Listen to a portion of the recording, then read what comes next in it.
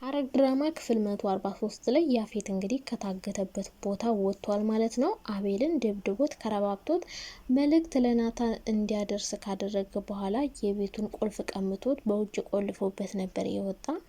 አቤል ቶሎ ወጥቶ ለናታን መልእክት ለማድረስ እንኳን አልቻለም ማለት ነው። ምክንያቱም በሩን በውጭ ቆልፎበታል። እንግዲህ አቤል ዛቤል ሊወጣ የሚችለው ናታን መጥቶ በሩን ሲከፍትለት ወይም ደግሞ የት ሄደ ብሎ እሱን ለመፈለግ ፍለጋ ከወጣ በኋላ ነው። ናታን ይህንን ትልቅ የሆነ መርዶ ሲሰማ ምን ሊሰማው ይችላል? ኤፍራታና ጽዮን እስካሁን ድረስ ያፌት በህይወት እንዳለ አያውቁም ነበረ። አሁን ላይ በህይወት እንዳለ ሲያውቁ ያፌት ሄዶ ናታንን ፊት ለፊት ሲጋፈጠው ኤፍራታ ምናልባት በናታን ላይ ያላት እምነት ሊቀንስና ሊሸረሸር ይችላል። ምክንያቱም ሞቷል ብሎ ነው አሳምኗቸው ያለው። ነገር ግን ራሱ ናታን እያሰቃየው ነው። አሁን ላይ ያፌት እዛ ከታገተበት ከወጣ በኋላ ልክ እብድ መስሎ ነው እንግዲህ ሲሰልለው እየቆየው።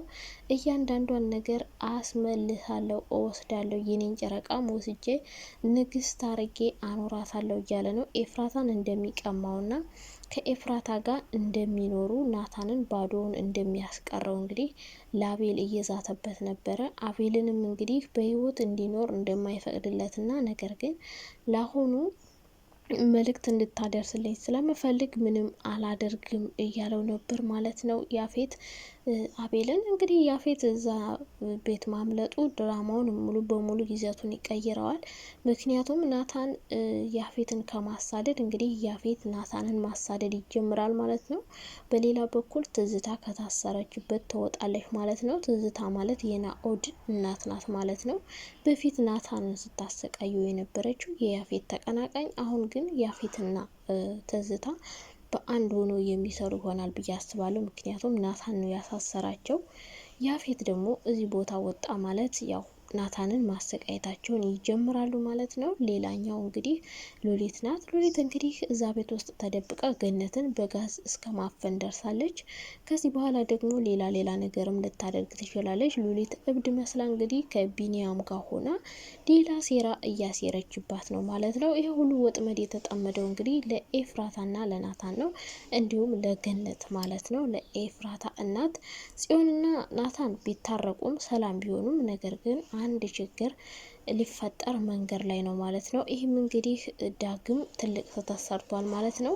ይህን ጋዝ እንግዲህ ገነትን ለማፈን የሞከረችው ጽዮን ሳትሆን ሉሊት ነበረች። ነገር ግን ዳግም እዛ ቤት ውስጥ ማንም እንደሌለ እርግጠኛ ስለነበሩ ጽዮን ሉሊት እንዳበደች እና በአካባቢው እንደሌለች እያሰበች ስለሆነ ነገር ግን በገነት አማካኝነት በር ላይ ወረቀት አስቀምጣላት የነበረችው ሉሊት ስለሆነች ሉሊት ናት ብዬ ነው ማስበው። ነገር ግን ያላበሰዋ ጽዮን እንዳደረገችው አድርጎ ውስጡን ካሳመነ በኋላ እንግዲህ ዳግም ማድረግ የፈለገው ለጽዮን መድኃኒት መስጠት ነው።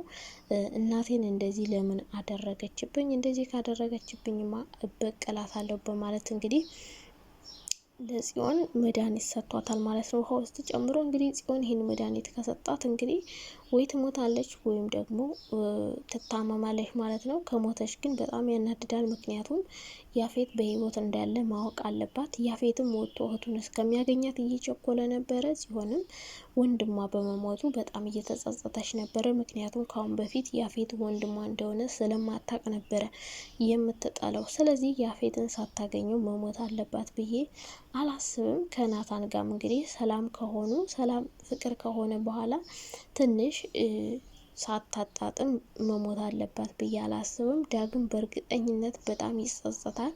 የሚጸጸተው ጽዮን ይህን ነገር አለማድረጓን ሲያውቅ ነው ማለት ነው። እንግዲህ ጽዮን ወይ ትተርፋለች ወይ ትሞታለች ማለት ነው። ነገር ግን ውሃው ልትጠጣው ትንሽ ሲቀራት ነበረ ድራማው እየተጠራቀቀው ማለት ነው። ሌላኛው እንግዲህ ኤፍራታን የሚሰልላት ሰው ነው ማለት ነው። ምንነቱ አይታወቅም። ለምን እንደሚከታተላት እስካሁን ድረስ ግልጽ የሆነ ነገር የለም። ወደዛ ቤት ማንዣበቡን ቀጥሏል። ጽዮንንም ሁሉንም እየተከታተለ ነበር። ነገር ግን በዋናነት መከታተል የፈለገው ኤፍራታን ነው ማለት ነው። የኤፍራታን ፎቶ ሁሉ ይዞ ቤቱ መዞር ከጀመረ ሰነባብቷል። እህቱ የሚያደርገው ነገር ግራ ቢያጋባትም እያንዳንዱን ነገር መፈተሽ፣ ማየት፣ ማወቅ እየፈለገች ነው። ነገር ግን ምንም አይነት ፍንጭ እያገኘች አይደለም። ከአሁን በፊት እንግዲህ ጽዮን ጋር ሆና እንደ ጓደኛ ሆና እንድትቀርባትና ስለ ጽዮን መረጃ እንድታጣራ ጠይቋት ነበረ። ነገር ግን መረጃውን የፈለገው ስለ ጽዮን ሳይሆን ስለ ኤፍራታ ነበረ። እሷም እንግዲህ ወደዛ ቤት ገብታ ነበረ። የጽዮን ባህሪ ግራ ቢያጋባትም ነገር ግን ቤት ውስጥ ገብታ ስላለው ነገር ማየት ትችላለች። ነገር ግን እሱም ወደ ቤቱ ሄዶ ነበረ።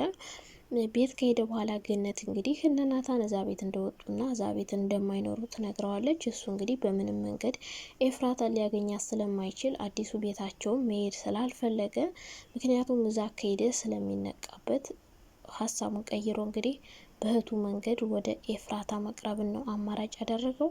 እንግዲህ ኤፍራታን እህቱ ጓደኛዋ እንድታደርጋት አደረገ። በኋላ ነው ኤፍራታን መቅረብ የፈለገው። ለምንድን ነው በዚህ ልክ ግን ኤፍራታን የሚከታተላት? ምን የፈለገ ይመስላችኋል? ማን ልኮት ይሆን? ለምን እንደሆን ባይታወቅም እንግዲህ እህቱን ልኮ ኤፍራታ ጓደኛዋ እንድትሆን ሊያደርጋት ነው። ከዚህ በኋላ ኤፍራታ ሰው አምና ጓደኛዬ ናት ብላ ጓደኛ ታደርጋታለች ወይስ ደግሞ ልክ ካሁኑ በፊት እንደተፈጠረው ይፈጠራል በማለት በመፍራትና በመስጋት ምናልባት ጓደኝነታቸው ሊቀር ይችላል። በምን መንገድ እንግዲህ ኤፍራታን ሊጎዳት እንዳሰበ የሚታወቅ ነገር የለም። ብቻ ግን ልጁ ስትወጣም ስትገባም እየተከታተላት ይገኛል ማለት ነው። ያፌት እንግዲህ እዛ ቤት ውስጥ ካመለጠ ምናልባት ውጭ ካልተያዘ ናታንና ኤፍራታ ያልቅላቸዋል ማለት ነው። ኤፍራታን እንግዲህ እንደ ድሮ ሚስቱ ማድረግ ነው። ናታንን ደግሞ ማሰቃየት ነው። እስካሁን ያደረገበትን ዋጋውን ማስከፈል። አሁን ላይ ያፌት እንግዲህ ወደ ድሮ ስራው ወደ ቀድሞ ማንነቱ ሊመለስ ነው ማለት ነው። ናታን እንግዲህ ተሸውዷል ማለት ነው።